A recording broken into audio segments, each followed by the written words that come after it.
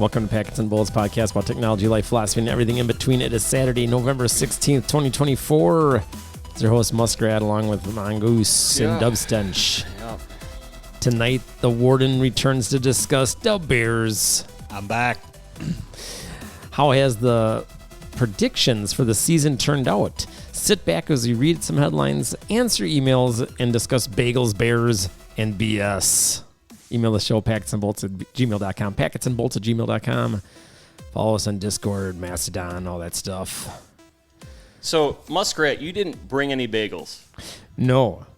Oh, I thought that was part of the deal. That was part of the episode. Well, Mongoose had bagels, and so that So I'm going to give my bagel review. The bagel review. I was promised bagels. I'm going to make another batch. But yeah, it's November. We got 2 months before the new year. And I've been making bagels, and Mongoose has had the sample of my second batch, which I think is the best batch and probably the best bagel I ever had. And he just got out of the hospital. He's doing great. So before we talk about those bagels, Mongoose, I did make a pre-show margarita because we're having it at the front end of the show today, and it is now my perfected recipe that I learned from probably the best bartender in the tri-state area. We found him at a hole in the wall out in the rural Wisconsin, just mixing up cocktails, and he made a hardcore margarita that I'm loving.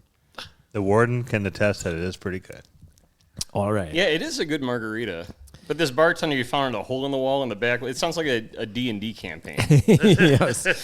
Yes, he was slinging cocktail shakers and Hawthorne strainers and yeah. Well, backwoods Wisconsin, we got supper clubs. Yeah, this was beyond the normal supper club bartender. No, he's good.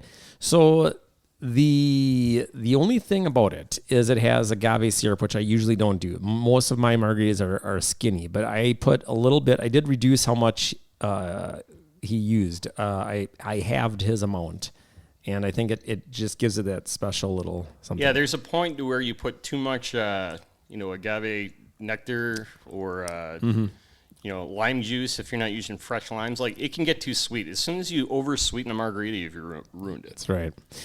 That's right. And this has reduced orange liqueur, which I think is the winning combo. And I'm using Cabo Wabo Reposado. Giving away all your secrets, man. All right. Well, no. It's not the proportions are what makes a margarita. We aim to share information. We're Yes, this one is a good one. All right, now bagels, Mongoose. Just so everyone's aware, traditional bagels are boiled and then baked. So if you toast your bagel, you're technically cooking it for the third time. And the last batch I made, I used double O flour, which made it a little bit more unmanageable. It was too soft. I should have reduced the water. But the point is the taste was beyond compare. My next batch is going to be 50-50 bread flour, double O. Now, you see, I had to toast the bagel, and for a really good reason. Because when you brought it by the night before, it was being passed around like some third-rate Wisconsin prostitute. And everybody had their grubby hands all over her. And they said, "Who's taking the bagel?" I said, "I am." It's in the bag. Kill those germs. So I had to kill those germs. It was in a bag. It was full of gonorrhea. Bagelria. That's a lot of damage. Maybe that's what was so tasty about it, Muskrat. It was like an unleavened bagel, too. It isn't everything. It wasn't everything bagel. So I mean, it was like an ode to everything. Zionist regimes everywhere. I want to make the Turkish bagel. I think it's called like Samit or something. It looks interesting, but it seems more involved. You have to twist things and all this other stuff. Bagels you make into balls. And then you put your fingers through there and you go like this. Doop, doop, doop, doop, doop, doop, doop, doop. Now you can just roll it out and make a circle, but that's not how you're supposed to do it. You're supposed to put your finger right in there, penetrate the inside of the bagel, and then expand. So penetration is the key. So you got to finger bang the bagel. Yeah, bagels get finger banged. You got to get good penetration when you do it. Traditional bagels. That's traditional bagels. All right. Do you really got to pound it, work that air into it? Yeah. Like you need to roll that air into the bagel, I don't think you want air, do you? I don't know. All right. So, Simit. S-I-M-I-T is the Turkish bagel, and it looks amazing. But, all right. The other secret to bagels, to get that bagel taste, is barley malt syrup. Now, I couldn't find anything around the store, so I had to order it. and both used as a sweetener on the inside because the first batch I did had too much sugar. And this one only called for a tablespoon of either that or brown sugar. I used the barley malt syrup. And then when you boil it, you're supposed to put a quarter cup of the barley malt syrup in it. And then the other recipe called for a teaspoon of baking soda in the water, I'm assuming to raise the pH. And it, or is it lowering? I don't know, whatever base is. But the first time I did it caused I did it in the wrong period. It was boiling and I put it in there and the whole thing like boiled over all over my stove. So the second time I did it before it got to that point. Anyways, that is the winning thing. Barley malt syrup. It's hard to work with, but it's amazing. Yeah, I believe it is raise the pH, right? Isn't an alkali, doesn't that raise the pH? Yeah, and acid is lowering. Probably. Sounds right. Is that school time? Yeah, he just got school. Yeah. School time. All right. Well, Yeah, but yeah, it's good I took the bagel because the others that wanted it, they wanted to put jam all over it. They wanted to, yeah, I don't think bagel is supposed to have jam. Who the hell said anything about jam? We were talking about jamming. No, he definitely said he wanted to put strawberry jam all over it. All right. So, what was your? Kinky. What is the score of your bagel on a scale from 1 to 10? Well, I mean, this is just based on what the bagels I've had. Correct. Right? It's a relative scale. I eat a lot of bagels, but I eat a lot of grocery store bagels, Muskrat. So I'm not. Disclaimer: I'm not a bagel connoisseur. But it was a pretty damn good bagel, and I'd say that if 10 is the best bagel I ever had, well, God damn it, it's probably a 10. All right. So I'll be making another batch, and the best thing about this is you put in your KitchenAid mixer thing. You don't have to do anything with this. This is not a picky dough. So and then you let it rise. You can do this other stuff, and I put some of my sourdough starter in it. So technically, it's a sourdough bagel, even though it also used yeast because the recipe was not tailored for sourdough. You can call it a sourdough bagel. That's true. Away with it. And we can call Muskrat a master baker or a master baker. I don't know about that. I don't know about that, but if I became a bagel retailer, that would be pretty amazing. I could take a cart down the street with bagels hanging all over, like dowels. I'd have dowel rods. All right. Sounds like an accident waiting to happen. It does. All right, let's get into the headlines. All right. We got the Register. Wow, this is from October 15th. I thought this was older. The Register, Cisco confirms ongoing investigation after Crims brags about selling tons of data. Networking giant says no evidence of impact on its systems, but will tell customers if their info has been stolen. Don't worry, we'll let you know. You can trust us to let you know. Mm-hmm. Looks like there was some API tokens, Jira tickets, I don't know, SonarQube projects. It was like a GitHub. I don't know, man. It was it a GitHub repository that was breached? GitHub and GitLab projects. I never understand why giant wealthy companies use regular GitHub hosted by Microsoft. Why wouldn't you just have your own repo that's not exposed to the world? Because it's not as cost effective. Yeah, They can run it themselves. It's not that expensive. But it all comes down to the almighty dollar, Muskrat. They can And run even it cheaper. No matter the size of the company, they're looking at the bottom line because they got dipshits up above. They're like, we got to cut costs. But Our profit margins aren't good enough. Outsource it. Microsoft OneDrive. Dropbox. all right. Well, But I mean, this sounds alarming, right? This is a vector for supply chain attacks, isn't it? maybe. Who's to say that the software image I just deployed last week on a firewall wasn't full of backdoors? Now I'm hoping they don't have that code in GitHub, but we don't know. Who knows, man? It's Cisco. Yeah. All right. So if you're a large company, you're supposed to know what you're doing, but apparently you don't. So you just keep using everyone else's service and getting banged in the butt. All right. Saving a few dollars doing it. All right. Now, this is, we talked about this in private, NBCSports.com. Aaron Rodgers denies eating a booger on live TV. Now, have you guys watched the video? Did he do it or not? Yeah, it certainly looks like he does. He reached in there, got himself a big old cornflake, and he just went to town on it. I don't know. I don't know, man. I don't there. know. I don't see? know. I don't know. He man. just took a little nibble. I don't know. It's hard to believe what else could be if it's not that. I don't know, man. All right, whatever. Awesome.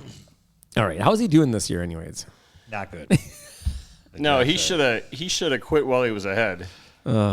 Speaking of who should have quit, well, Tyson kind of did quit, but the thing is, should we talk about that now or wait later till after the break? I don't know. Talk about it now, man. Well, the thing about Tyson, you know my thing about Paul. He's an asshole that just needs to get his ass kicked, but he keeps challenging people that are like washed up, retired, but he gets millions of dollars. It's like, what the hell's going on here? Right. So what we're referring to, folks, is the Jake Paul Mike Tyson bout last night, which was November 15th. Yes. And Sounds right. I think more interesting than the fight, because the fight was horse shit, is the fact that Netflix was hosting the streaming, or was like providing the streaming service for this. I forget the promoter's name, but like the whole thing was mismanaged as hell. But the storyline of the night was Netflix got overwhelmed by this traffic. They had like 2 months to prepare for this shit. They knew they were going to have over 1 million viewers, and they didn't have it set. They were not ready at all for a live stream. Doesn't Netflix leverage AWS for their infrastructure? I didn't think they did. I thought they had their own. So that's dumb if they're using a. They're a major streaming platform, because Bezos it would behoove him to fuck with their stream. If he Yeah, I mean, they've been doing this, and there's been other Netflix outages where that always comes up. It's like you're running your shit. You know, for instance, a few years ago, Netflix had a major streaming outage on Christmas Eve night, one of the biggest nights for streaming services and viewership, and AWS or Amazon Prime was fine. So did I ever tell you? I think I've told this story, and I guess I'll share it again for those that haven't heard. I'm sure it's on one of our episodes. But so Amazon, if they're using AWS, I didn't know that. I thought they were smart. They're not. Allegedly. So if they use AWS, AWS is like the service provider, and the service provider can fuck with shit. So especially because they're nefarious, and Bezos is, you know, like a supervillain type asshole, right? And so yeah, I'm sure he's got his own knob. That's like the Netflix quality knob. And he's just like, So he sits in his lair and starts like, oh, how about we're going to do half duplex. yeah. So I don't know. I think he sits in his lair in that mountain where he made that clock. yeah, jeez, yes. Is that clock done? I don't know, but he probably strokes it next to the clock and then plays with the knob, the Netflix knob. What clock? What mountain Or clock? it's getting more performance. Oh no! One hand on the knob, one hand on his knob. He edges to the knob. Oh, so I had training once for a network class. I think it was Cisco BSCI and or was it BCSI? I don't know, whatever. But I don't think they offer that anymore. But that was back when I was studying for my CCNP before I got my CCNA actually. But anyways, the guy had worked for like service providers and all this stuff, and he was working a project for an ISP interconnect. So it's a place that connects multiple ISPs. And he was done with his project. And this guy had like some sort of Ukrainian accent or some Eastern European former bloc country, right? And he said at the end of the project, he called the consultant into this room. And this room was like a central room that was surrounded by glass windows. And he's like, What else are windows made out of? Come. I mean, it's just a room surrounded by windows. Plexiglass. Yes, yeah. It might be, who knows? But the point is, you could see in all around, right? So you're in a central room where everyone can see you. And he presses a button, this guy with an Eastern European accent. And he said, come in. So he presses a button, and all these shutters, steel shutters, close all the windows around him so no one can see in. And this guy who was doing the training, he had a really good sense of humor. So after this happens, he's laughing. And he goes, what's next? The cone of silence? And if anyone remembers from, what was it, Get Smart or something, the cone of silence was something they could stand under and talk, and supposedly was super secret, but everyone could hear around you, you know? Anyways, he said that making a joke and laughed, and the guy he's like, you're done. He got kicked out. So he never found out what the new secret project he was going to be asked about was, but it probably was something with fucking with traffic, because these providers do this weird shady shit all the time. So the guy wanted him in there to tell him about his new Some project, secret but thing. he made the cone of silence joke, and he's And like, then the "Just guy, get you're fuck out. You're I changed done. my mind. You're done. Probably the next project is like pushes a button and everybody in the room's pants disappear or something weird like that. That's bizarre. Yes, it is. I even asked him after the class, like, did you ever find out what it was about? He's like, no, I didn't know. Yeah, so that's the kind of stuff that Bezos is doing right now. All right. Newsweek.com. autism study finds link with plastic exposure during pregnancy. Well, holy balls. Did we ever think that all those toxins would cause problems? Right. So this is... So RFK's been talking about maybe getting rid of plastics on bottles or and like stuff. phthalates and all the other Colored Fruit Loops. PFAS and all the other stuff. And everybody's pissed off because it's RFK. Why? Because they think you... Yeah, well, that's a different topic. But Yeah. But basically, research found that developing boys exposed to traces of biphenyl A, BPA, in the womb were 6 times more likely to receive a full diagnosis by the age of 11 of autism. So, yeah, I mean, I think we've all known this is pretty toxic stuff. So we need to get rid of this stuff. So, yeah, I don't know. Anything that can be done, that is good. In a related story, ScienceDaily.com, plastic chemical causes DNA breakage and chromosome defects in sex cells study finds. Phthalate impacts egg formation, leading to wrong chromosome numbers in C. elegans. Whatever that. I'm not going to read this study, but that's in ScienceDaily.com. So 2 bad things about plastics. So Yeah, that study was conducted on roundworms. So very applicable to humans. well, DNA is Pretty DNA. close. DNA is DNA, mongoose. All right. OSnews.com, bug or intentional, Mac OS 15.1 completely removes ability to launch unsigned applications. I sent this to some Mac lovers, and they're telling me it's misinformation. I don't believe that. I don't use Mac. I don't really care. But I can totally see Mac trying to get rid of, installing things that aren't authorized by Apple. You could still jailbreak the devices. Well, you can also, for now, there was a setting you could change. But CG told me that he was running this OS and did not need to do this workaround. So I don't know what the truth is, but I can see other people have reported it. So I don't know. I'm not going to test it because I don't really care about Mac. I just think it's funny. I like Mac and I like, the iPad or the iOS devices, but I hate being an IT guy who has to administer them. Fortunately, I don't do a lot of that. For Mac? Well, just anything like Macs don't like network standards, I don't think. 'Cause they're always some odd outlier. Everything else works. Like wireless? Or They always have wireless VPN problems. connectivity. Like the Mac OS and the iOS compatibility, like with any Connect, it's always something stupid, and there's always bugs. Yeah. I hate endpoints anyways. So Macs always would piss me off because they don't follow the normal crap. And then you put like JamF or whatever it's called, and then everyone whines because like, I can't do this. And it's like, oh no. Oh no. Exactly. Cry for the Mac users. All right. Newsweek.com. Woman using suicide pod reportedly found with strangulation marks inside. Now, this is in... You did air quotes for those of you that... Yes, I did air quotes. I pantomimed. An American woman... We should play that song, but... who opted to end her life in Switzerland through the controversial Sarko suicide pod, was reportedly found dead inside with strangulation marks on her neck. Now, you know my theory on euthanasia. I'm theoretically for it, but I feel that if it was ever implemented, as in there it has in some European countries, there's a slippery slope to incentivize people to get rid of less profitable humans that take up resources, et cetera. So I am against it in implementation, even if I think that maybe you might have your right to be for such thing. So this strangulation, what do you think? Do you think the pod strangles you, or do you think someone strangles her? What happens in the pod? You sit in this pod and you like, what, they give you like lethal injection or they feed you like something? No, or something? it fills with nitrogen and it suffocates you. It's supposed to be a So did she maybe like couldn't Grasp breathe at her and, neck? grab no. Well, I mean, here's what the article says: is the president of the operator was Sarko something or other, but it's an assisted suicide organization because in Sweden, assisted suicide has been legal since 1942, more or less.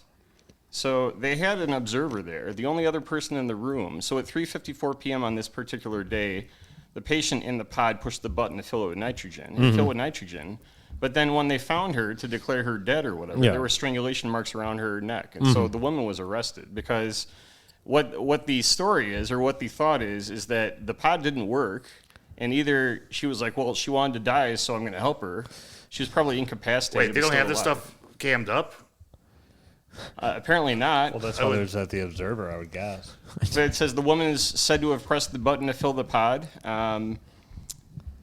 The process by video call, so I guess maybe there was a video call, but they weren't able to observe the full procedure due to technical difficulties. Oh. So another wrinkle in it. Netflix must have been in charge But she pushed of the the button. stream. So then they do the autopsy, which I guess is part of the standard process. They discover the strangulation marks on the But she woman's pushed the button. So, like, who cares if she put the button? Who cares if, like, a bus came flying through the building? What if she was aborting?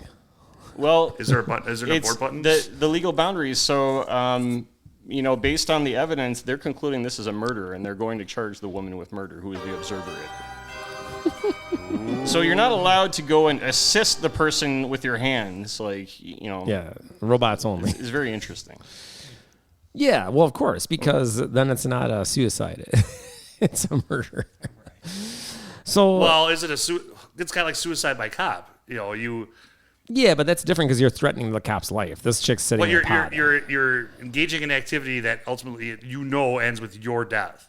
Yeah, but you're threatening the cop. That's why they shoot you. Right. So if she's in a Pod. She gets strangled. That's still. still, She might have won it out. We don't know. There's no video. This is all weird, man. It could be. She could have been like, "No, I don't want to do this." Like, fuck you, You're dead. You what? You We need to make the no turning sausage. back now. Soylent Green. We got orders to fill. And that's why Got an I appointment don't, in 15 minutes. We don't got time for that. that's why I don't agree with any of this stuff. But this pod looks creepy, and I would not be getting in that pod. It looks like a boat, It does. Yeah, or like an escape pad. it's really weird. yeah, it looks like those pods from the movie Oblivion. Or It's when got sweet wheels on the Spock bottom. was shot out the photon torpedo, and then he Or a weird bathtub. Kind of looks like one of those. What are the Tesla Cybertruck? It's like a blue Cybertruck. I don't know Be about like the that. Tesla Cyber Suicide Pod. All right. Newsweek.com as well. Vegan switches back to meat after what blood work reveals. That's a really bad headline. But anyways, so this person ate vegan supposedly for a while, but I'm guessing she didn't do all the right stuff because you have to be on top of it if you're going to go full meatless. Right.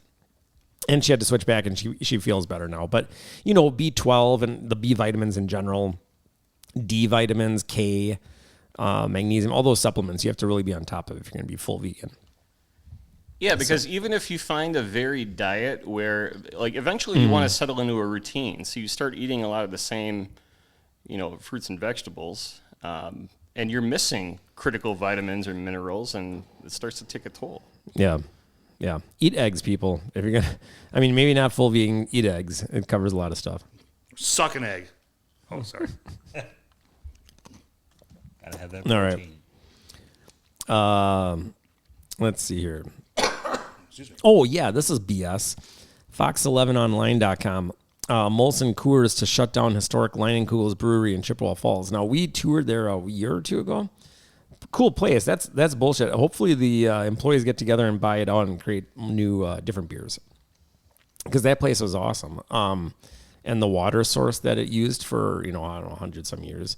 Yeah, but they're consolidating. They're not eliminating Liney's. No, I know. It's But just it's bringing it to the Miller garbage. transition, Yeah. Yeah. Anheuser-Busch. Isn't it Miller? Miller. Yeah. Well, Miller is like an international company now because they're merged with everything else. So, It'll just be made at the Miller facility instead. I've been on the Miller brewery tour about a million times. the Miller one? Yeah. Yeah. They don't give you a lot for free beers at that tour either. Well, No, here's they- a tapper glass and some High Life. Or Get outta like, they here. don't really give you a rack, but they Get give out. you like 4 different types of. They give you like flutes. Like beer flutes. Oh, yeah. You get like 4, but like all 4 of them probably don't add up into a full beer. It's a good experience. You just go through the tour again. No, Just keep going through over and over. Just go through it. Get more beers. That's cheating the system. All right. Oh, it's being smart. Well, this one wants me to verify I'm a human. Sound. Did you fail? This is no. I just had to check a box. Robots can't do that. Okay, so this is making the news again. Now, this is actually from a while ago, I think, but UFO swarms filmed buzzing over Area 51 and other military sites for months after mothership encounter. I think this is old video that's been released recently. So, and as you know, it's making the news again. The UFO stuff's popping back up, so Yeah, be ready but- for the invasion. Whenever they bring that out, I'm thinking. This whole last, with the congressional hearing thing, this whole last thing they did last week, again, not anything really worthwhile. Nothing new. Nobody knew They before. keep just putting more little boop-de-doop-de-doop. Little bits at a time. Well, they're always like, well, can you talk about blah blah blah? Oh, I can't talk about this. We have to go behind closed doors. But I know, and they never take them behind closed doors to do the interview. Yeah. Yeah, which is interesting by itself. So I don't know. Those things All are right. a waste of time. All right. But then similarly, I sent you guys that thing this morning. So they had what was it, 3 days ago? Yeah. They had a congressional hearing where they were talking about UFOs, and people were admitting that we think we got aliens in the ocean, That's not news. and that we're pretty sure that taxpayer money is being laundered to fund a battle between deep state organizations that are beyond the periphery of normal citizens in all these different countries. Well, that's how they do. Black, So that's black budgets, man. well, they should farm it out to private organizations like Lockheed Steel.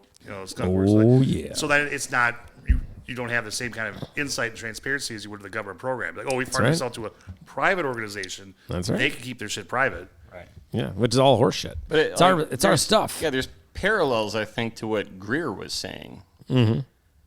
Yeah. And he's been saying if we don't do something, we don't get the awareness out, in Congress, we're going to get fucked. Yeah, by but what's the deep Congress state. doing about it? Nobody's doing anything about it. No, but at least they're talking.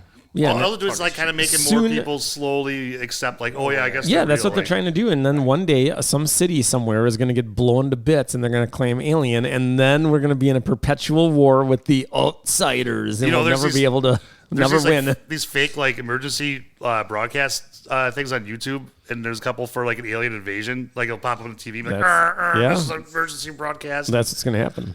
Yeah, one Testing day. it for Just when wait. it's real. Just wait. So, it could be Project Bluebeam, where it's like, I don't know if you'd really call that a psyop. I guess it is a psyop, because that's the whole idea that exactly what you're saying, that they're going to, perpetuate An this enemy this we myth. can never vanquish. Yeah. Yeah. Yeah, but don't you think the public, after maybe a year of fighting this imaginary force, would be like, wait, we've never seen an alien. Well, once they keep getting blown well- up, random cities will just get blown up, man. What about like This the is- war on terror or the war on drugs? Those are all like Last way yeah, but longer than a how year. long can we fight an invisible enemy that we've never seen? Yeah, they'll probably have video on and the those TV alien things will come Probably wandering longer around. than of you think. AI generated aliens. They've got bio. they could drag that out for a good 5-10 years for sure. According to Greer, they've got bio entity things that look like real life, and they're drone type things that can be aliens. And they'll rape people. They'll just come into your bedroom and fuck you, and then you'll be like, "Oh, keep the war going! I need these aliens dead." But are those? Did our deep state bioengineer that, or are they legitimate? Supposedly, from what he's saying, they're the fake ones. Yeah, Jesus. they'll just be boning everyone at night, and everyone will be like, "Keep getting packed in the ass by these aliens," and the government got ain't to do doing something about anything. All right, go out and buy your guns. You don't want to get raped by a bioengineered No, fake you alien. don't want to buy your guns because then the aliens will use those against you. and You they'll rape buy you. an anti-rape gun. Shoot it with your anti-rape gun. Or what's the chastity belt from the movie Robin Hood Men in Tights? Maybe there's a spray you can buy, like anti-alien spray or anti-rape spray. All right, NBCnews.com. Police hunt 43 monkeys that escaped from a South Carolina research facility. Awesome.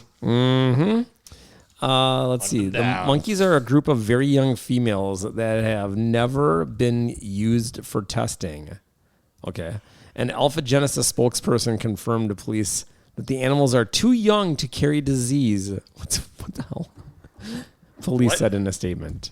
They're too young to carry disease. to know. Because that's the first thing I want to worry about when there's monkeys loose is the disease. I suppose it could be like what are the monkeys that did they have Those are herpes? a Did they have couple weird herpes? things to call out. Like, oh, these monkeys have never been used for testing and I they're know. killing for diseases, which is not true because I think there's no creature on the planet that's too young to carry I a know, disease. it's weird. We haven't given them diseases yet, is what he's saying behind the behind the scenes. Well, this just sounds eerily similar to the epidemic of herpes monkeys that we that's the talked one. about That's the one. back. Yeah, remember one of our first episodes on this podcast when Yeah. we started doing it? We covered the herpes monkeys.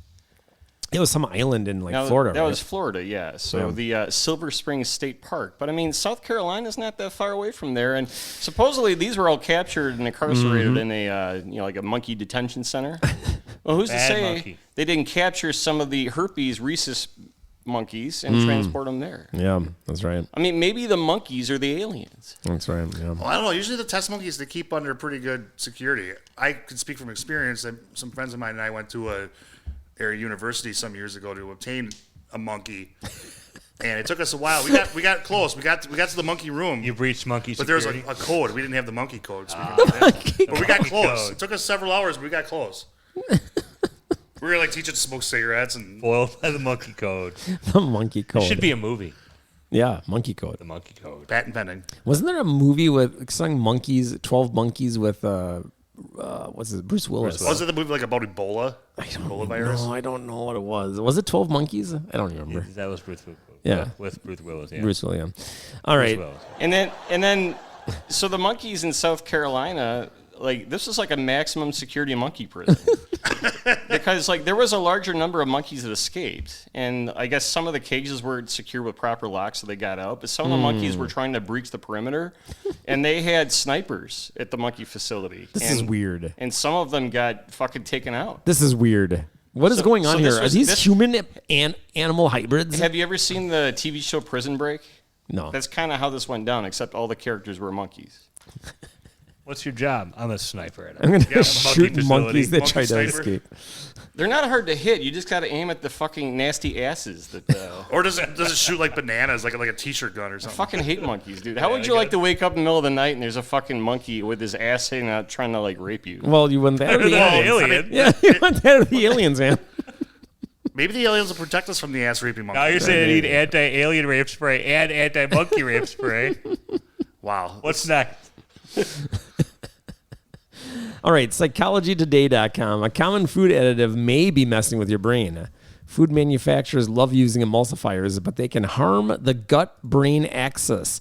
And that's the problem with our modern food. We need to make normal food. Stop using all this weird-ass shit. Jeez.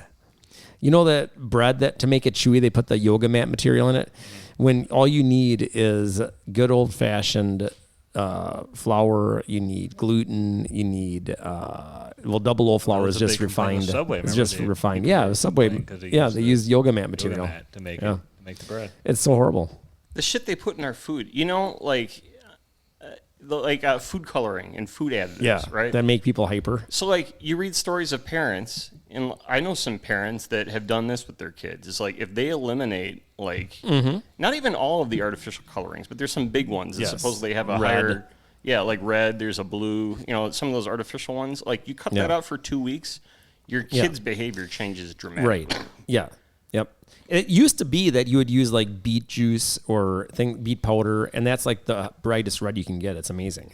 And guess what? 100% natural. You don't need all this weird ass shit. And then there used to be in Europe. I think they still do it in Europe, but there was insect based coloring, and then they started making all these articles about that and made people like get grossed out, and then they switched to more artificial things. It's like, oh, what's going on there? They don't want to use the natural like insect based one.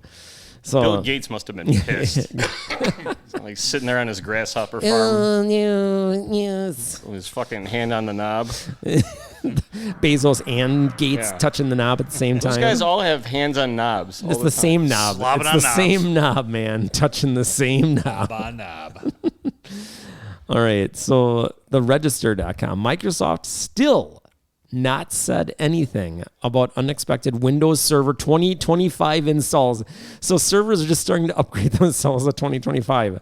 Can you imagine your data center and all your VMs start upgrading to 2025 and wreaks havoc on your whole setup? Applications are just jacked.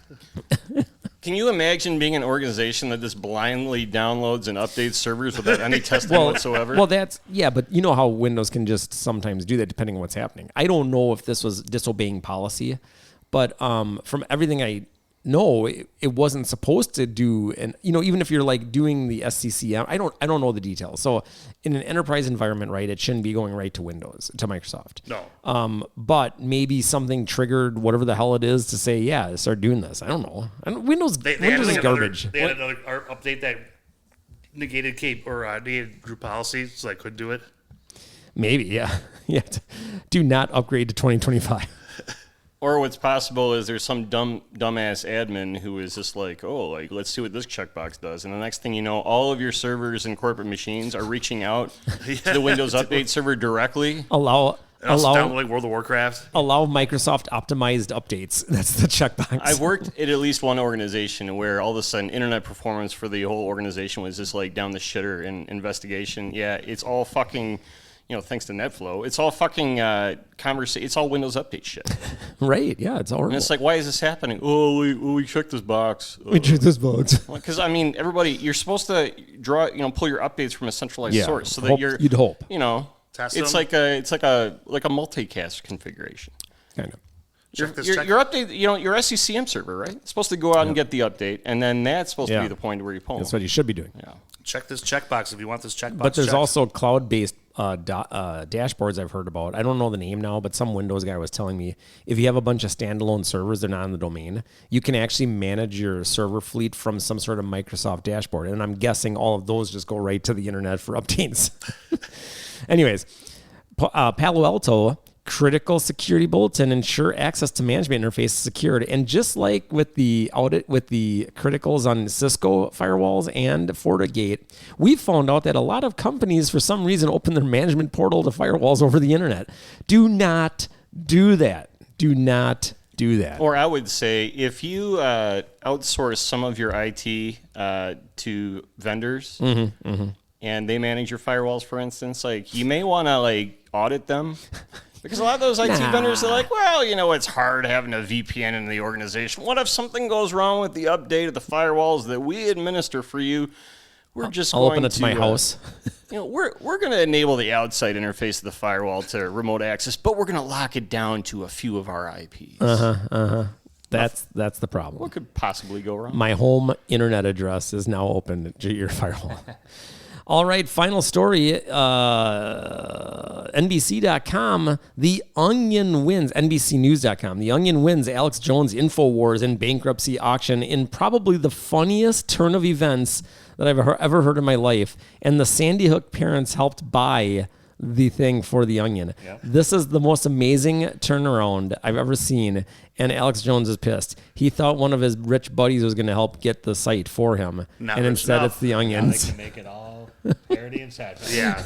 It pretty much almost wins already, so I can't wait. And there is a special place in hell reserved. And Alex Jones, don't get me wrong, like for those of you that know me for a long time, back in the day, in the late 90s, early 2000s, he did some good stuff like with Bohemian Grove. He infiltrated it. He had a good documentary I watched where he hobnobbed with the rich people that went to the cremation of care and all this stuff.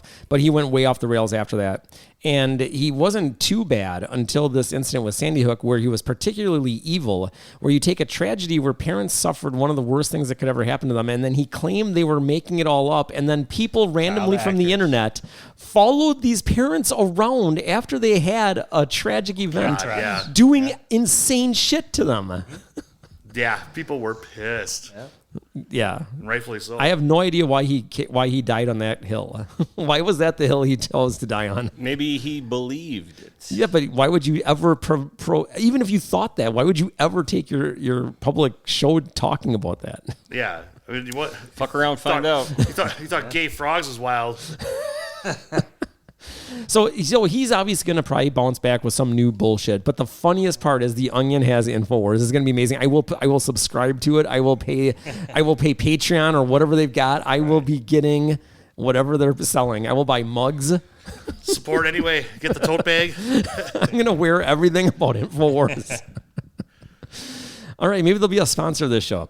All right, that's all the headlines right now. We're going to take a short break. It is Saturday, November 16th, 2024. And yeah, we'll word from our sponsor. Back in a few.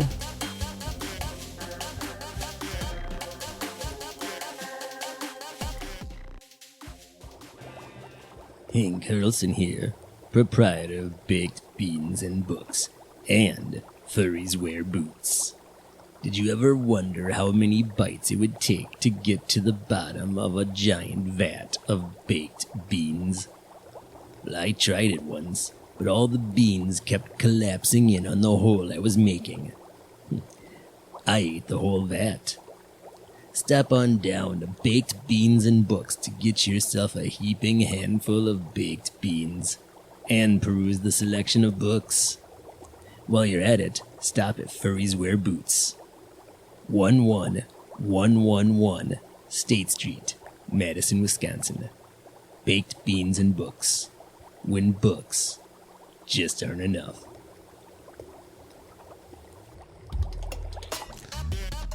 And we're back.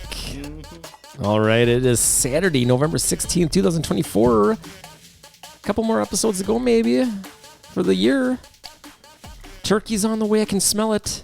I can hear it. How you doing your turkey this year, Muskrat? Spatchcock is the only way to do it. You did it that way last year, too. That is the first time I did it, and now I'm convinced it is the only way to cook a turkey. All right. No, deep fried turkey would be good. I want to do that one of these days. I've had that. It's always comes out so good. I did do Done it. properly. And if I did it again, I would boil it in lard beef tallow mix instead of peanut oil. That's the way to do it, man. We did deep fried turkey for a work thing years ago and made a garlic butter that we put up under the skin Oh, yeah. before. Yeah, it was so good. Yeah. Email show packetsandbolts@gmail.com, packetsandbolts@gmail.com. But for now, we have some emails. I'm drinking another margarita. It's a margarita redo.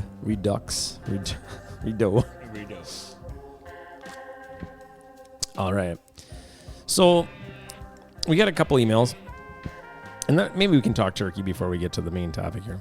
The Warden's with us. The Warden's in the studio. I'm ready. All right, so we got Bix, B-I-X. Do you think there will be another presidential election in America? They must be worried. Nervous. I don't know. I guess time will tell. It's the only thing we can really tell you. A lot will have to happen for it to not take place. Guess it depends. We've made it to every election so far. So far. Chances are good. Yes. At All least right. one more. At least. Unless the world doesn't make it that long. All right, John without an H. John without an H says, when will it be the year of the Linux desktop? Well, you know what? Every year is the year of the Linux desktop if you use Linux, as I do. And Take ownership of it. all Make it your own. takes is belief. It just takes a belief. Just Gotta believe, man. Just And a believe. free Linux distro. Yeah.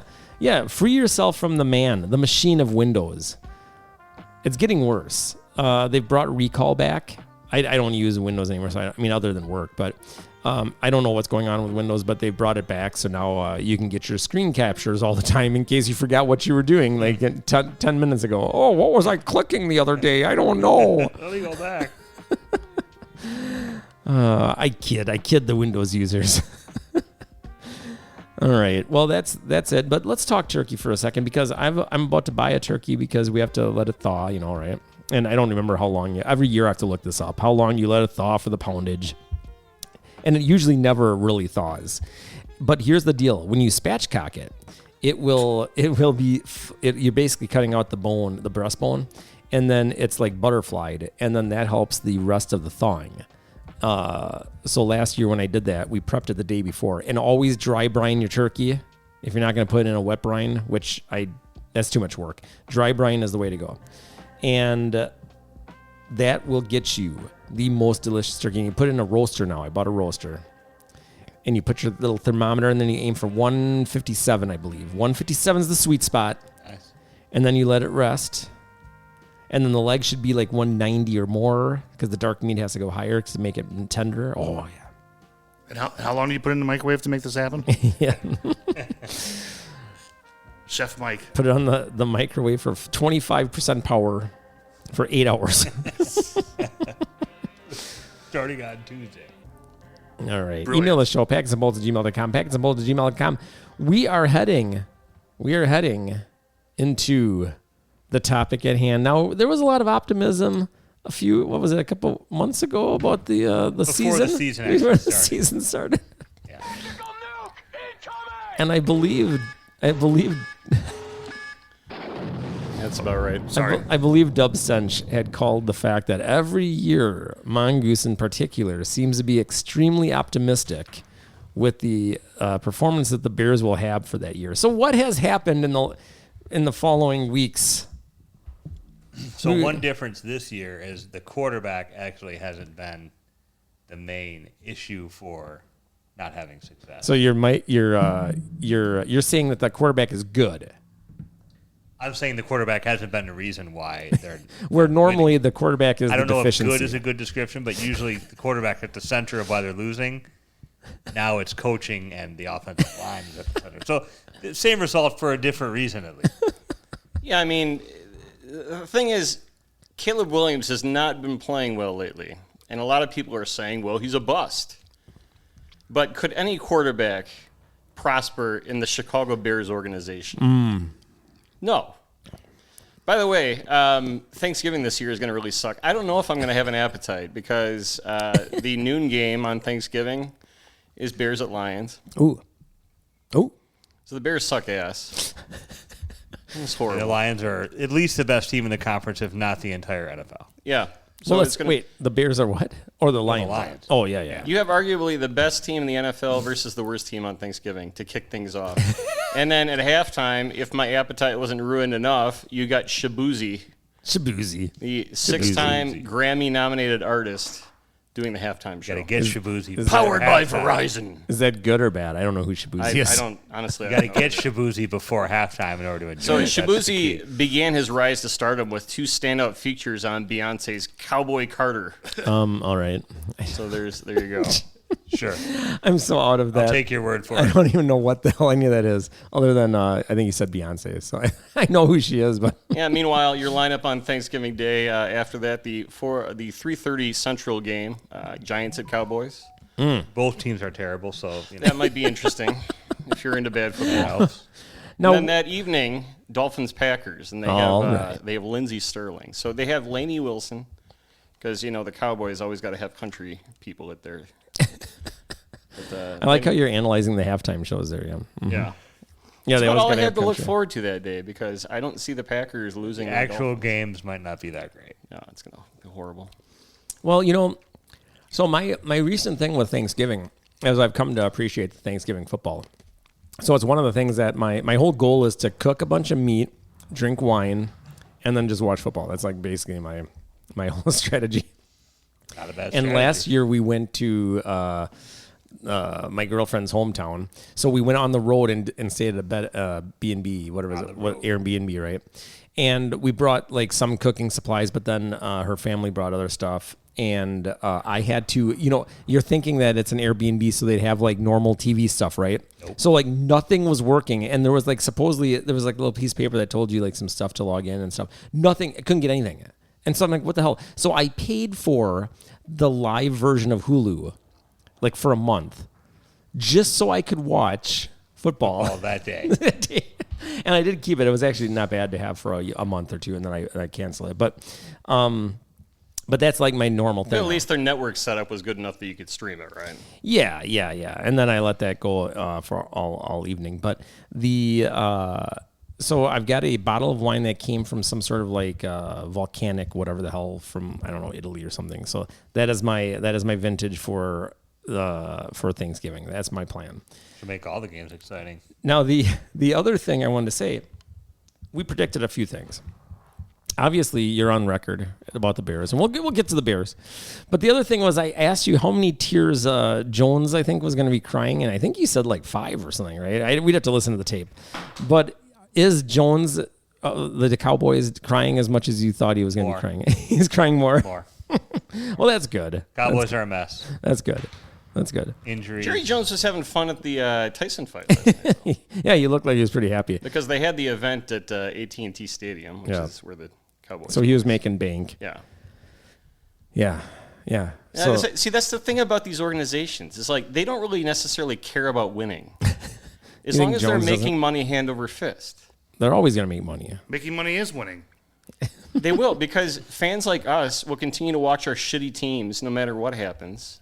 And as long as they keep making money, I mean, that's how you get them. You got to boycott these teams. Are you going to boycott the Bears? No. I'm part of the problem. I don't really watch much football these days except when major events come on. But all right, let's get down to the Bears here. So they were going to have the best season, I believe. Do we have quotes, Dub Ascension, what the prediction was? It was going to be the best, most dominant since the 85. Is that what was the prediction? No, bullshit. We That did not sounds go- a little high-handed. A little bit. But we definitely expected better than what we've gotten so far. At what point did you realize that it wasn't going to turn out this way? When did your heart sink into your stomach? The Hail Mary. The Hail Mary, when was this? Well, let's just take a stroll Week by through the Chicago Bears season thus far. So week 1, September 8th, they had the Tennessee Titans at home, Soldier Field, and that was a shit show. They won only because Will Levis made one of the most ill-advised passes towards the sideline you'll ever see. Yep, and Tyreek Stevenson took that back for a pick 6. The Oh, wow. defense carried the Bears, as has been the story for as long as I can remember. This year's Except no for the different. teams like the Trustman teams where the defense was just fucking god-awful. So the Bears' defense is still holding up. you're Typically, saying? the Bears always Yeah. have a good defense most of the time. And they've been good this year until they stopped giving a shit. Until Because they are so fucking bad that I just don't think these guys care anymore. So the defense carries them in week 1. The Arrows, a lot of concern, okay, but it's week 1. All right, yeah. You know, yeah, rookie yeah. Happy to quarterback. get a Shake win. it off, shake it off. Then they go, they got Sunday night game, Houston Texans at Houston. They lost 19-13. That was where we realized that we had a shitty offensive line. Right, Warden? Yeah, but they also kept it close. Despite how bad the offensive line played, they only lost by 6. So I don't think there were any. There was no panic at that point because the Texans were a preseason Super Bowl pick. So I mean, No panic yet. they kept okay. it close. It was a loss, but it was a close loss. All right. And once again, the defense keeps them in it. I mean, they basically shut the Texans down the entire second half. But I don't know how many times did Caleb Williams get sacked that game? A lot. I mean, There's more to come on that. Houston has a good D line, but they were just running stunt, and O-line couldn't pick it up. And for a lot of you people that don't understand what a stunt is, it's like instead of trying to rush on the guy if you're a defensive lineman on the guy in front of you, you basically have the guy next to you kind of block your guy and you swing around. So it's kind of like almost like a loop pick around and and block roll somebody type else. of So it's supposed to give a free lane to the rusher, and that's exactly what happened. But I Like think- Caleb Williams under fire all night. Week 3 is when things started. The alarm bell started to ring, I think, in week 3. And what was the that? Colts are a bad team. Can't stop the run. The Yeah. hope is that the Bears could go into Indianapolis against another rookie quarterback, good defense, and do some damage. That is not at all What took place? what happened. So Well, that Let's was, just give that the was play-by-play September here. Let's 22nd. It was a 21-16 loss at Indy. The Indianapolis Colts, Anthony Richardson sucked, but they just ran all over the Bears, which the was Bears play calling was even worse. That's the first time we really saw some bad play calling out of the offense. that was the game, wasn't it, Warden, where they ran the speed sweep or option whatever. Yep. off the edge. On fourth down and lost Wait, what? 13 yards. Wait, what? They ran a speed option on fourth down at the 2 or 3 yard line, trying to score a touchdown, and instead ended up losing 13 yards. Yeah. On the fourth down play. When all they had to do was put the right personnel in to run it right up the gut. Straight ahead 2 yards. So what do you think the point of this play was? Were they trying to be fancy? It was, yeah. Well, something. It was. Psych 'em out? It just showed the departure from reality that their offensive staff had. It's not rocket science. The Warden and I could have called that. Why don't you work for the Bears organization? I mean, any Bear fan could have called a better offense. We're here doing this. We're sounding the alarm. But this was the week that things started to look ugly. But then, week 4, they beat the Rams. So started to bounce back a little bit. And the Rams haven't been great, but the Rams are typically, they're well coached. They typically always have a good team, and that was a pretty decisive win. I mean, it was 24-18. All right. But it wasn't as close as the score looks. I mean, that was a decisive Bears victory, and Caleb Williams had a great game. Defense saved the day with a late pick. All right. And they're 2-2 at this point. So All right. respectable with a rookie quarterback after 4 weeks. Week 5, Carolina rolls into town. Well, they were 1-4 at that, 1-3 at that point. 1-3. No. Oh yeah, they beat. Sorry, Oh, yeah, 2-2. You're right, 2-2, because they beat yep. the Titans. They Yeah, should have yeah. won that game. 2-2. They stole on the Carolina. Carolina at that point was considered the worst team in the NFL. They put up 36 points, got everybody involved. Caleb Williams is throwing the ball, looking good. And everybody's like, "Oh, they haven't played anybody." Well, maybe they have, maybe they haven't. We thought they did. We thought, no, man, like you played shitty defense, but he's going to show up against good defense. Well, anyway, they go into London. October 13th, they play a London game against Jacksonville. Another decisive Bears victory. Little did we know this would be the highlight game of the season, It was at least all to this point. all downhill after that because then they ride this momentum into the bye in Week 7. So who was that? That Jacksonville Jaguars Jackson. in London. Okay. And the London game. All right. And they And have the bye. that was a decisive Bear. That was like our spirits were highlight. This thing All was right, trending you're in the right riding the direction. wave. The British. Yep. If The we would have had Crumpets, this episode in Week 7 during the bye, we would have been like, the tea- Bears are going. Tea and man. crumpets were in there. Yeah. The atmosphere would have been much different. Fish and chips. But after the bye, Yeah, and so- even most of the Commanders game, I mean, Caleb Williams wasn't great, was under a lot of pressure, but they had a late lead. They managed just enough big plays. Well, they got outplayed the entire game. And so watching this fucking shit show of a fucking Bears offense in that Washington game, you start to wonder, they had a whole week off. They're getting healthy, all right? They're bringing some guys back.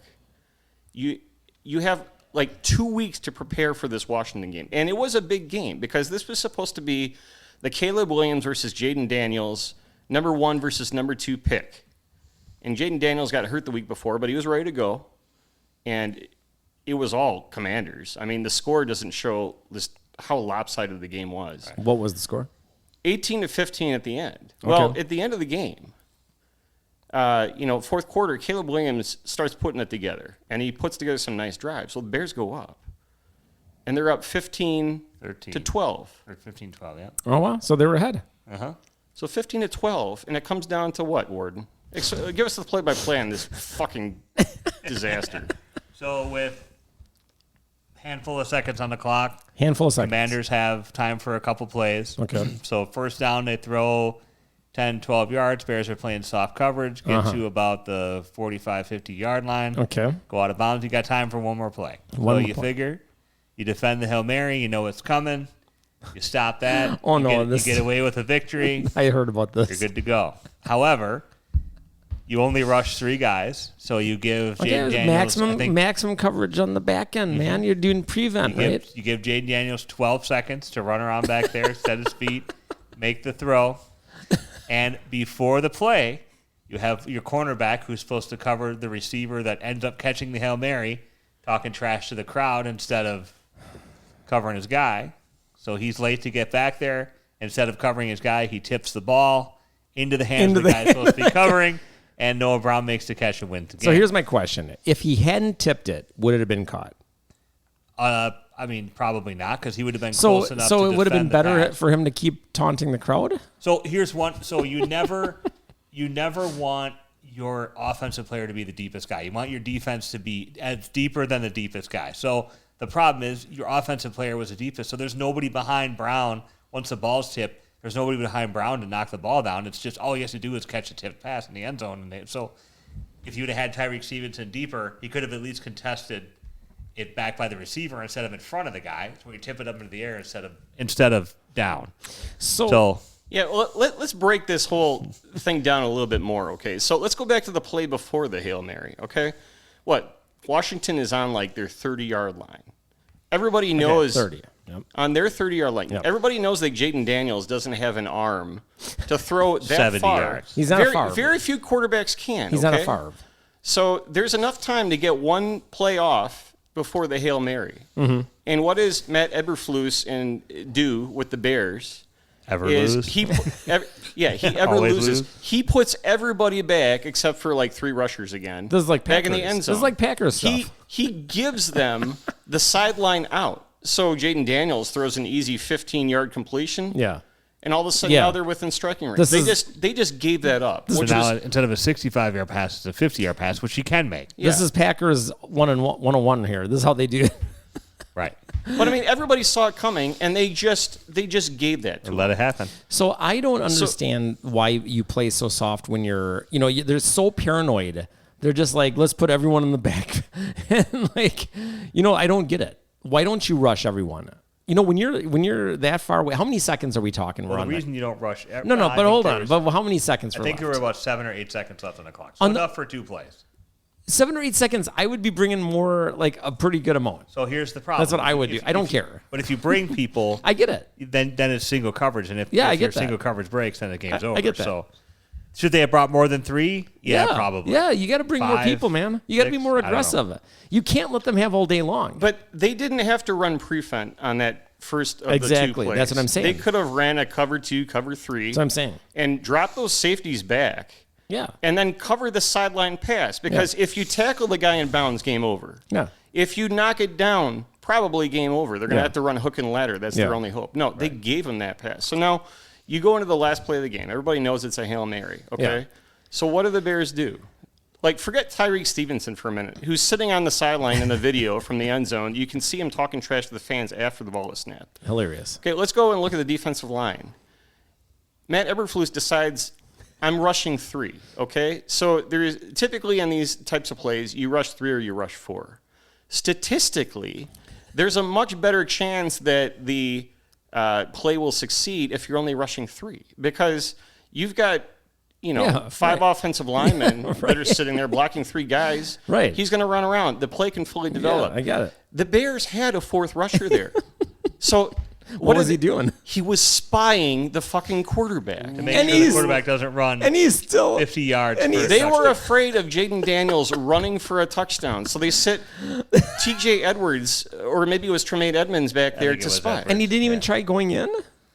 Well, no, he was No. never going to. He was just never sat going But to you there just run it. sit there and watch him. He just just sat there in limbo in the middle of the Basically, you had a useless defender because he was never going to rush the passer, and he was never. But gonna have to if he's spy, running, so- I didn't watch the game. So if he's running around as long as Mongoose has said, wouldn't you just be like, I'm going to go try, I'm going to go get him? But your assignment's to spy. Whatever. Your coach tells you use At some spy. So if he point, you tries got to run use past your. line of scrimmage.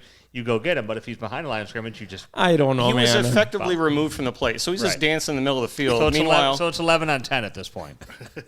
and that's when, like the Warden said, he love has it. enough time to go and line up. He chucks it downfield. Well, they practice these plays in practice, I right? love it. And like you were saying, Warden, you're supposed to have a guy covering that deep receiver. Tyreek Stevenson talking shit, and then he turns around and then he darts over to the field and he jumps in from the side. He's like, oh! And then he tips it back to that guy. So he didn't even know it was his fucking assignment. But they had time to go and figure out what they're going to do and talk this over as a team. He had timeouts. He didn't call a timeout. He just allowed Washington to get up on the line and fucking run these plays. Like a normal fucking coach would have called a timeout and said, here, guys, everybody knows their assignment. This is what we're going to do. You know it's the end of the game, so there's no reason not to use your timeouts because you can't. Right. They have Yeah. no purpose otherwise. Right. So you think this is as bad as it gets, right? Like this loss, losing Yeah, the well, last play of the game. let's just say at the end of the stings press pretty hard. conference, everybody's pissed off. They ask Eberflus about that. He's like, we all got to do a better job. We got to take accountability. Coach speak. Ultimate coach speak. Making it sound like he had no he had no responsibility for this shit. Like, Right. Guys, So they go into Week 9, Sunday, November 3rd, at Arizona Cardinals. One of the worst defenses in the league. Uh-huh. So it's a good get-right game. It's a good get-right. chance for your offense to get right. Rookie quarterback to play better. You got a good defense. They'll shut them down. They'll score some points. You'll get out of Arizona with a win. Should right the ship. What really happens is you score 3 field goals and lose by 20. So your offense looks even worse than the week before. You don't even score a touchdown. You get blown out by 20 points. And things go from bad to worse. Yeah, and the important thing is they didn't score a touchdown that game. This is a theme that continues into the next week. So Arizona, they had a shitty defense. Their offense has looked pretty good this year. So, no knock on the defense necessarily for Arizona putting up 29. Defense could have played better. Don't forget the play at the end of the first half. The 50-yard touchdown run. Forget about that? What a So, 50-yard touchdown. much like the collapse at the end of the game the week before, the Cardinals at the end of the first half decided to just run like a shotgun handoff. Yeah, it's supposed to be we're just going to run this fucking play and let the clock run out and go to the half. No. breaks a 50-yard TD run. So instead of being, I think, 10-9 at the half, it was 17-9 And how did they blow that? I thought they had good defenses. Well, This this is where things is start where the to team unravel. starts to not give a shit. Right. They're starting to question themselves. Also had DJ Moore run out of bounds the play was still alive. Says he hurt himself, but you can see him going out of bounds on the play before the play is over. And there's the excuse, too, that, he stepped out of bounds, and therefore he was coached to go out of bounds because if he touches the ball before somebody else touches it. Sure. Because you have to you don't reestablish leave the game. Yeah. But don't go to the locker it did room. look, and he's had a lot of games where he's just looked frustrated, and this is not the look from the leader that you want. I mean, he's supposed to be a leader on that offense. So. I don't know. The good news is, Week 10, they're coming back home where they've won 8 in a row to play the lifeless Patriots. The worst, at that point, arguably the worst team in the league, the New England Patriots. So it Rookie should be all quarterback good. Drake May, but their defense sucks. Their offense has been turnover prone. They're not a good team. They were the worst team in the NFL. The Bears should have won That's that how game. it should be. That was This is a get-right game. yeah. So we're like, Arizona get right game. Well, they blew this, but this is the get right game. Okay. Can't lose this one. Did they score a touchdown, Warden? Nope. No. Did What they- was the final? 19-3. So they even scored They even got fewer a- points. They scored. Last week they got 3 field goals. They scored. This week they got 1. They didn't get a shutout. Nope. But they lose I mean, they 19-3. Caleb Williams is sacked, I think, 9 times. 9 times. Oh, jeez, man. Which doesn't that tie an NFL record? I think it does. Not the kind of record you want to tie. And they ran a play where Caleb Williams rolled out to the left and all the receivers were on the right side of the field. So he rolls out with nobody to throw to, and I don't know what the play design was. And then Chris Morgan, the offensive line coordinator, like, what the fuck was that? Because, okay, you pull the left tackle, the left guard, and the center to block in front as he rolls left, which makes no sense because, like, he's a right-handed quarterback rolling left, and you send your receivers to the right side of the field. That's He has to throw awesome. back across his body to make and, a throw. and on all Wait, these he's a route left-handed concepts. receiver? No, he's a right-handed quarterback, but He's he doesn't right-handed throw quarterback. Okay. this way to back across the field to make it because all his receivers are on the Which is a theme. So Shane Waldron, before he got fired, thank God he's gone, but it's not going to change anything. But he'd run these concepts, which would be like 15, 20-yard concepts, slow developing plays with an offensive line that can't buy time, and Caleb Williams never has anywhere to throw the ball. Meanwhile, they're coaching into him, don't turn the ball over, you got to be a game manager. So what's he supposed to fucking do? And these routes, so they'll run bunch trips to one side of the field, so you have 3 receivers lined up. And what you typically do is you send one guy cutting in, maybe you send one guy on a fucking fly route and the other guy on an out route or something like that. No, they always end up within 5 yards of each other. So you have everybody in the same area of the field, so it's Yeah. just clogged up. and You it- end up with 5 defenders guarding 3 guys in like a 10-yard fucking radius Who's or their- diameter. your throwing windows are just impossible. Who's their offensive coordinator? Well, fired- he's gone now. Shane Waldron's gone. So now Who is it? Thomas Brown is the new offensive They coordinator. promoted the passing game coordinator, the coordinator for the passing game that's been fucking god awful. So they So have he- nobody else to promote. So he was in Carolina the year they went 2-15. He was their offensive coordinator for part of that year. All right. So that's what we had to look forward to. But you had to do something, right? So you So- lose like this. You lose 3 weeks in a row. Something has to change. So your head coach decides to fire your OC. Okay. Now what? Yeah, God forbid we fire the head coach because he's Well, he's not going to fire himself. So what is the reason that they're having these struggles? What's going on? What's the root cause analysis? Coaching. But why does it always seem to happen? Why don't they have a good coach ever? so they had a good coach. His Who? name was Levy Smith, and they fired him in 2012. Because he won 10 games. He went 10-6, but that wasn't good enough. So he got the boot. And who is that? Lovey Smith. Lovey. Oh, I remember. Yeah, wasn't he the guy that said his only goal was to defeat the Packers? Wasn't He that didn't him? say that was his only goal, but when he got hired, Initial goal.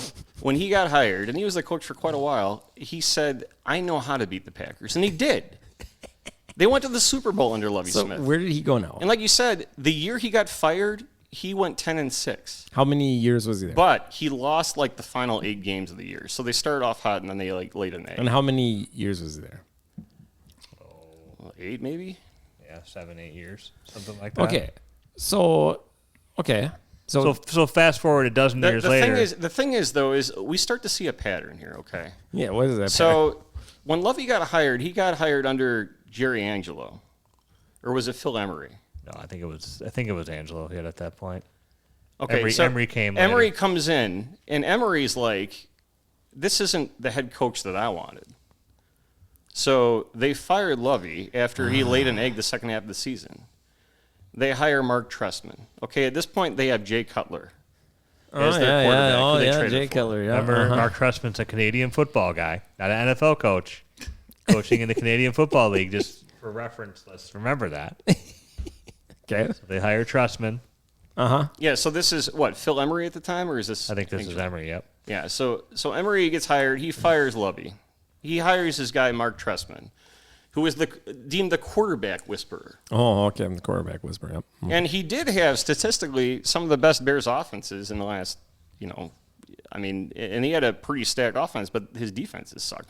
And he was a horrible leader. That's the problem. It's like you promote these guys that may be successful as a coordinator, but they're not leaders. You need a leader as a head coach. You need a guy that can inspire. Well, he lost the team, and they had some of the biggest, most lopsided losses. 42-0 at halftime against the Packers would be one of them. 42-0. In They got that shut halftime. out? Oh, at halftime. Okay. They didn't get shut out, right? Well, anyway, he hires Mark Trestman. Mark Trestman lays a fucking egg. Phil Emery gets fired. Or actually, I think they hired John Fox in 2015 first. And Phil then- Emery gets fired. Ryan Pace gets hired. Yep. So he inherits a head coach that he doesn't like. He drafts Mitch Trubisky, Second overall? second overall, traded up one spot to get him. Same draft as Patrick Mahomes. Just for reference sake. All right. Okay, so that's a shitty run. Trubisky, they have a great first. Trubisky, he's suffering under John Fox. And they're like, the coach isn't doing it. I didn't hire this guy. So they fired John Fox after the 2017 season. And then Ryan Pace hires Matt Nagy to be the head coach. And he doesn't like Mitch Trubisky because that's not his guy.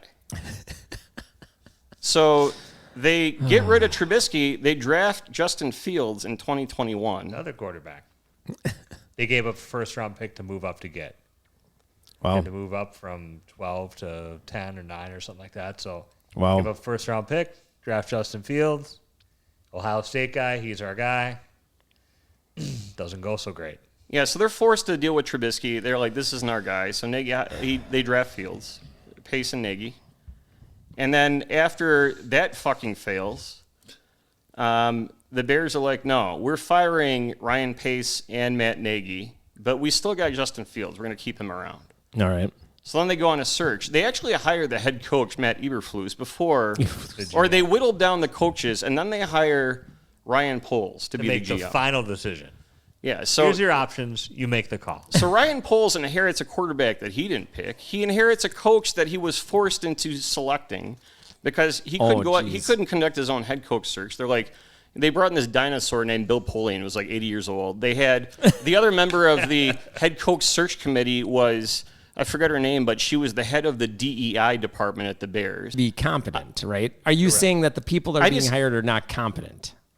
No, it should be a meritocracy that process is all And I'm the saying. problem is you're getting into the same cycle of now you're about to do the same thing. You're going to fire a coach after your first overall pick, new quarterbacks, first year, bring in a new head coach, new offensive system. So you're just it's rinse and repeat. It's the same thing. So that's where it becomes an organizational failure that they just keep making the same mistake over and over and Exactly, over because again. what we're about to see is after this season, because the Bears have just shit the bed again, they're going to fire Eberflus. They may fire Ryan Poles, and you're going to bring in a GM or at least a head coach, and he's going to be stuck with a quarterback that he didn't pick. So you see that for the last 20 years, the Bears are on this fucking repeatable, predictable process where they draft a quarterback that the head coach and or GM doesn't fucking support. Well, you can't. Why would they not support? They draft a new guy because they don't like the quarterback. He doesn't work out. They fire that guy, and the next guy inherits the quarterback. And you have to find somebody who's willing to come into this kind of culture Yeah, and take this it seems like a mess of a and be willing to coach them. organization. So your top candidate's like Ben Johnson, who's going to be able to go anywhere he wants in the league. Do you realistically expect him to say, yeah, of all these organizations, the Bears are this organization that I want to take on. So when I say the root cause here, what is the rot at the Bears? Why Starts can at they? the top, right? What do they always say? A fish rots from Yeah. the head, So right? who's the top that is the problem? Well, George McCaskey's your. GM. No, He's the president. Well, your he's not the president, president. so- He's the owner. So there's the president of football operations, which is Kevin Warren, Okay. who hires the GM and is responsible for all the football operations. He's also responsible, and they brought him not for his football know-how, but because he's a businessman. He's supposed to help them build their next stadium. because he helped build the Vikings stadium. So he's not even necessarily a good football guy. Right. He comes from the Big Ten, so But he's got who put the GM in place? That guy? the president. The guy that doesn't know what he's doing? Oh, who put? Yeah. So Kevin The Warren. non-football guy. Kevin Warren has a hand in the GM. So if they fire Poles, he'll have a hand in the next GM, and the president answers to the owner. So I mean, it goes all the way. And up. who's the owner? George McCaskey. So the McCaskey family has owned the chairman, Bears I guess. ever since their inception. Okay, Yeah. the grandfather of the NFL, George Halas, the NFC trophy is named after him, right? And he's the guy that bailed the Packers out because the Packers wouldn't exist if it wasn't for George You Halas keep and saying that, $100. Mongoose. George it's Halas true. and $100. It's true. If it wasn't for George Halas, there wouldn't be any Green Bay Packers. Well, at any rate, the point is... And he was. I don't think he was the most winningest head coach in Bears history, but he was up there. No. And after he passed away, the ownership of the Bears fell to his family. So Virginia McCaskey's what, like 101 years old now? At least. And like to her credit, she fucking hates the Packers. Okay. That doesn't win games, but... There's a story about how they were playing a game at Lambeau Field several years ago, and she went in for an obligatory like shake the hands of like the president of the Green Bay Packers, and they said, "Oh, good luck to your team today." And she was quoted as saying afterwards, she's like, "They're a lot nicer than I am because I thought like basically fuck you, you know." So she hates the Packers. She rocks. Yeah, she's pretty cool. But Did she play offensive line? The problem is that she, the ownership, like, and the head of like the organization falls to her kids. Mm-hmm. So George McCaskey took it from his brother in 2011. Are they incompetent? And that's where the cycle began. So what's the common denominator? The Bears have had 2 presidents. They've had 5 head coaches.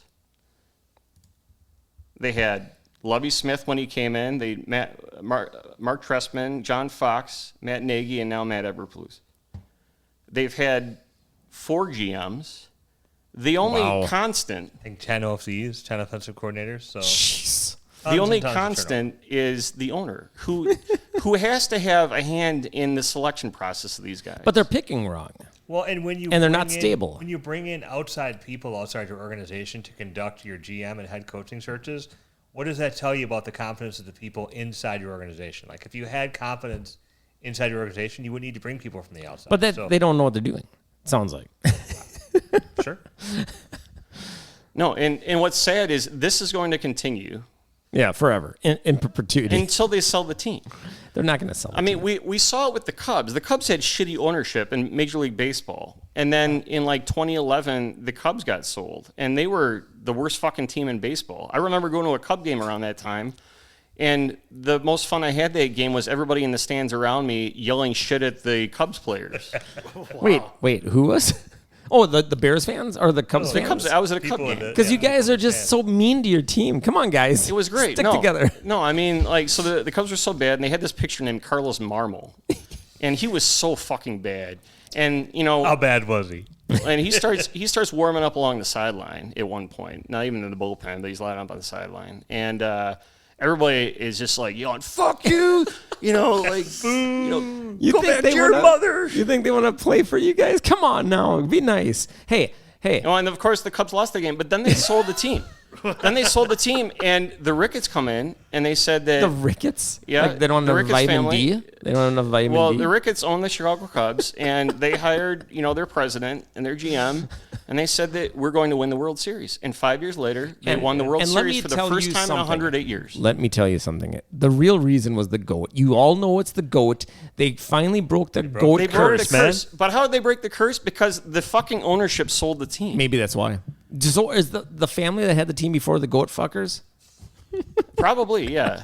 Probably. We don't know this, but we have to look into the ownership history. That'll be the next episode. But let me just say point for is the all record. the point is all the evidence is it's an organizational failure that starts at the top. That's the only constant and the only way to fix it when you have, that type of ownership and that type of oversight that cares more about making money than making proper football decisions is to sell the team. And this team will not be sold until Virginia McCaskey moves on. Maybe. And she's going to buy another team. And they've built the stadium to where they can get a maximum return on their sale. Because right now, the Bears don't own their stadium. The city of Chicago. Oh, that's fine. Yeah. They lease it from they don't pay a lot. Chicago Parks Department. They don't pay a lot, right? And if you look at the Packers, Soldier Field is bumfuck Egypt as Green Bay is. Oh, you bumfucked. They have a wonderful area that they built around Lambeau Field. Because Lambeau has the history of the NFL. Because Chicago we won the first 500 Super Bowls. Yeah, the Chicago Bears are an older organization. They have just as much history. Not as much. We they won have more. Not developed. I mean, the Packers organization is pretty well run. They are. I'm surprised, but they are. They never used to be.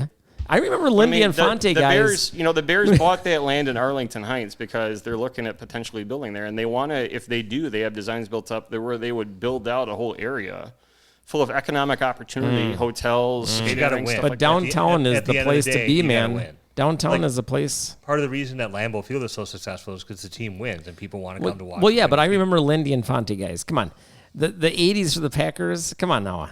And the thing is, the Packers had the fan base like you guys have, but we didn't yell at our players the way you guys do. Maybe if you guys were nicer to your players, maybe they'd play for you. It's got nothing to do with it. All right, so let me just say for the record. So hold on. So that's got nothing to do with it. And I will say that the Packers, tough love. There's nobody under 35 years old that lives around Green Bay that knows anything except winning is a Green Bay Packer. Maybe you're right. And I firmly believe that if the Packers started losing consistently, that most Packer fans would revert, and they do this years where they may have an odd year where they would turn just as and good. Everybody's like, well, I'd rather be at the park. I don't really like football. That's the fair weather Packer mentality. I mean, if you look at ticket prices when Packers are losing, the ticket prices go through the floor. There's two things that drove me away from the from football in general: the number of injuries and the Packers' stupidity. If they're up in the halftime, they play prevent for the whole second half, and it drives me insane. My blood pressure goes up, so I can't do it. I can't watch it. And now you guys know what it's like to play prevent at the last part of the game. Sure do. And it's the most annoying thing in the world. But here's the deal: just to tell you guys, I was rooting for the Cubs. This has nothing to do with football. I was rooting for the Cubs when they won the World Series. So I hope if the Brewers go to the World Series, I hope you'll support us in solidarity for the Midwest. Because we haven't had did we go since they sold the Chiefs or whatever the hell we sold? The Braves. The Braves, there you go. They went to one in 81. But they didn't win? But did not win. Okay, so the Brewers have never, Game 7. since the team left, they never won the World Series. Is that right? They've never won a World Series now. Okay. So I hope you'll support us if we ever make it there.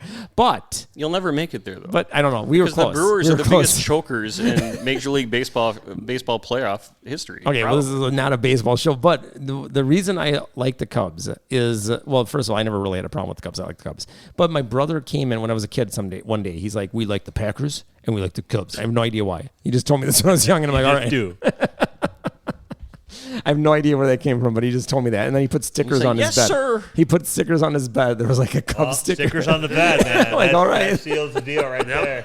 Well, at least Once your brother's a stickers go Cubs on the bed frame, it's over. I don't think he is anymore. It was the weirdest thing. No. It was the weirdest thing. It was like one of my earliest memories. He just comes in randomly. It's like, we like the Packers and we like the Cubs. I'm like, what? Okay. And Justin Timberlake. All right. So, any other thoughts here while we talk about the disaster? I mean, the opportunities for your team.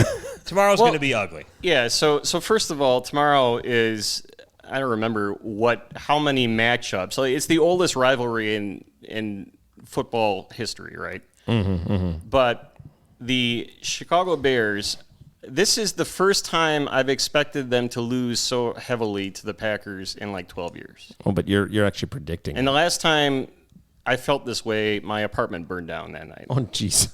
Well, you better change your thoughts right now then. Yeah. But hold on, don't play the music yet. No, we're not done yet. We're not done yet. We're Let's get aborting the- it. I don't know if we've ever done that. Couple friendly stats here. Okay, so Matt Eberflus gonna get fucking canned after this year. His regular season record, because he's never made the playoffs for the Bears. He's been the Bears coach for what, 3 years now? 3 years, yeah. He's 14-29. It sounds like a great record. Yeah, and so the people that are in his corner, which aren't many, will say like, "Well, the first year was a rebuild year, is a wash." Like you saw, he's been just completely inept on the road. Eberflus is 3-18 playing away games, but in Sunday road games, like not Thursday nights or Monday nights, he's 0-18. Wait, Sunday road games? Yeah, if the Bears play on the road on Like Sunday, Sunday's your normal game day, so Yeah. and road games. he's 0-18 in away games on Sunday, which are normal games, right? Yeah. So the Bears cannot win away. That doesn't make sense. Literally. That's like a horrible record. But I guess you could flip that and say, well, he's 3-0 when they play away games on Thursday or Monday night. I've never heard that stat before, but we should start that. Yeah. It's fucking ridiculous. If it's a special game, we do better. Is that the receipts? So tomorrow's going to be ugly. All right. So what are the final thoughts here as we hear the chimes that were aborted the first time, but now are back? Wait till next year, baby. Well, Wait till next year. Is that the official stance of the Mongoose and Warden? Well, next year we'll have new coach, new offensive lineman. You think you'll have a new and coach. the cycle will repeat. Well, and listen, we're doomed. if you come in as a new coach of the Bears, you don't just get rid of the quarterback. That's the dumbest thing you can ever do. You got to Won't bring get in rid of the you quarterback. can bring in a future guy to learn. You got to learn the system. Look at the Packers, how they've had people sitting in the wings. You got to hire the right coach, and Look- you got to hire an offensive coach.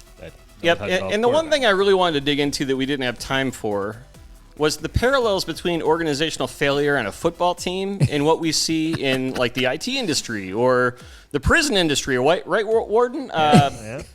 It's football's a business. So how many shitty organizations have we worked for where Yes. nothing ever goes properly? And you know what? The root cause is at the top. It doesn't start at the bottom and trickle up. Right. It starts with poor leadership, poor fucking just Poor fuck- decision making. Yeah, it's- all of it. It starts at the top. Corruption. People taking That's too why I many say lunches, Fire them all. too many business lunches, getting vendors massaging them. Fire them all, and God help us, bear down. It's like when Checkpoint comes to town and they all jack you off at lunch. All right. And on that note, This is November 16th, Saturday, 2024.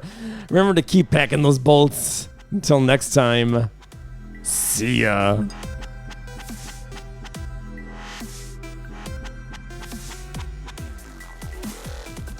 Real goat.